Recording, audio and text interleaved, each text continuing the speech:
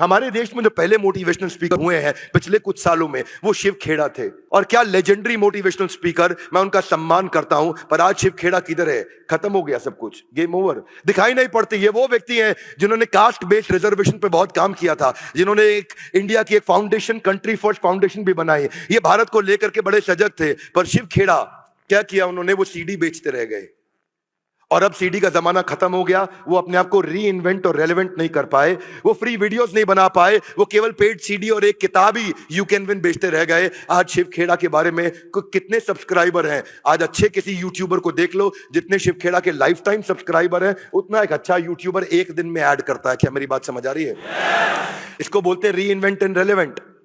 अनुराधा पौडवाल लता मंगेशकर के बाद एक ही महिला थी जिसको पोस्ट डॉक्टरेट की डिग्री से अवार्ड किया गया था, पद्मश्री। अनुराधा पौडवाल का इतना नाम था कि अगर अनुराधा पौडवाल अपने आप को रीइन्वेंट करती ना तो दूसरी लता मंगेशकर आज देश में मानी जाती। आज उन्हें कोई याद नहीं करता, केवल एक भजन गायिका के नाम पर रह गई। इसीलिए अकीर्ति चापी भूतानी के प्रिंसिपल में कृष्ण ने समझाया कि कंसिस्टेंटली आपको अपने आप को रीइन्वेंट और रेलेवेंट करना पड़ेगा। हाथ आगे लाइए, क्योंकि जमाना बदल रहा है। Give me your hands out, come on.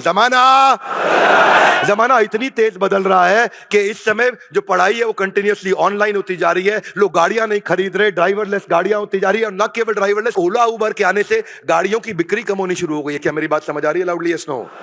आज ऑनलाइन एग्रीगेटर आ गए, ब्यूटी पार्लर घर पहुंच गया। जो आदमी रीइन्वेंट नहीं कर रहा, रेलेवेंट नहीं कर रहा, उसका गेम ओवर हो गया।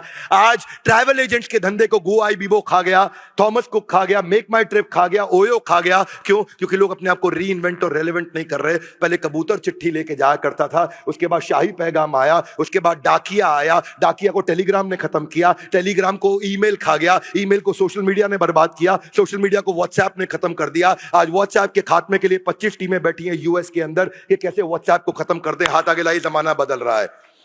Give me your hands out, come on. जमाना जिस स्पीड से अपने आप को बदल लो, वही अर्जुन को कृष्ण ने बदला थोड़ी देर के अंदर। सबसे कठिन दौर के अंदर उस समय अर्जुन को बदला जिस समय युद्ध चालू हो चुका था, शंख बज चुके थे, तीर चल रहे थे। सबसे कठिन दौर के अंदर कृष्ण इतनी डीप इंटेलिजेंट बातें कर रहे थे। अनुराधा पौडवाल, जिसको नेशनल फिल्म फेयर अवार्ड उसको मिले, national award film fair award से भी बड़ा माना जाता है, पर उसके बाद आज केवल एक भजन गायिका के रूप में रह गई। उनको कोई याद नहीं करता है। इसलिए डिसऑनर और लैक ऑफ ऑनर के बाद के लिए आपको एक ही काम करना है। आपको ड्रग्स लेने की जरूरत नहीं थी डिएगो मैराडोना या फिर बेन जॉनसन। आपको अपने आप को रीइन्वेंट और रेलेवेंट करना है, क्योंकि जो मौत के दर्द से ज्यादा दर्द होता है जब इंसान की इज्जत समाप्त हो जाती है। एक एंटरप्रेन्योर को जिंदगी भर अपने आप को रीइन्वेंट और रेलेवेंट करना है। सत्या नडेला माइक्रोसॉफ्ट के सीईओ कहते हैं कि या तो अपने आप को री इन्वेंट करो या फ्यूचर को इन्वेंट करो। वही है एंटरप्रेन्योरशिप, इसके अलावा कुछ नहीं। क्योंकि जो आदमी वहीं रह गया और इंप्रूवमेंट साइकिल नहीं लेकर के आया, वो बर्बाद हो जाएगा। हाथ आगे लाइए, improvement cycle guys, one more time, little loud. क्या improvement cycle? Business is about being able to reinvent yourself or invent the future, nothing less nothing more. एक साथ 80s 90s में माधुरी दीक्षित और मनीषा कोइराला चालू हुई थी। 2003 में एक साथ ही इन्होंने सैबैटिकल लिया, कई साल का सैबैटिकल लिया। वो यूएस चली गई, जाकर के डॉक्टर नेने से शादी कर ली, वो वहां सेटल हो गई। लेकिन माधुरी दीक्षित ने अपने पीक पे रिटायरमेंट सैबैटिकल लिया, उसने अपने डाउनफॉल पे लिया, उसकी पिक्चरें फ्लॉप हुई, उसको वापस कोई लेने नहीं आया। माधुरी दीक्षित जब वापस आई, टेलीविजन प्रोग्राम्स के द्वारा, इसके द्वारा, शोज के द्वारा, मूवीज के द्वारा अपने आप को री इन्वेंट और रेलेवेंट करती रही।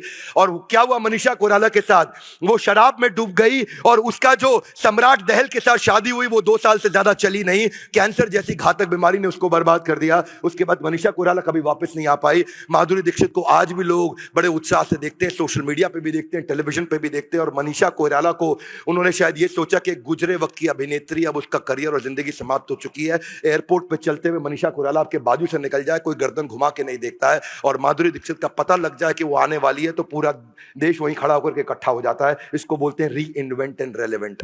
कृष्ण किस फिलॉसफी से बात करते हैं, कहां लेके जाते हैं, ये था आज का श्लोक। अकीर्ति चापी भूतानी कथयश्यन्ति ते अव्ययम संभावितस्य चा कीर्ति मरणाद अतिरिच्यते। भगवद गीता एक ऐसा ग्रंथ है, इस एपिसोड के हर वीडियो को सबको देखना चाहिए, एक के बाद एक इसके एपिसोड्स हम आपको YouTube पे देते चले जा रहे हैं। आपको क्या लगता है भगवद गीता के ये सारे एपिसोड्स इन एक्शन देखने चाहिए? Loudly yes no. हाथ आगे लाइए। क्यों? क्योंकि ये गीता इन एक्शन। हाथ आगे लाइए, come on. Gita in louder everybody, one more time. Gita in. Gita को जीवन में कैसे उतारा जाए उसके बारे में एक एक श्लोक करके हम एपिसोड के बाद एपिसोड, एपिसोड के बाद एपिसोड, इसका एक भी वीडियो जीवन में मिस नहीं करना।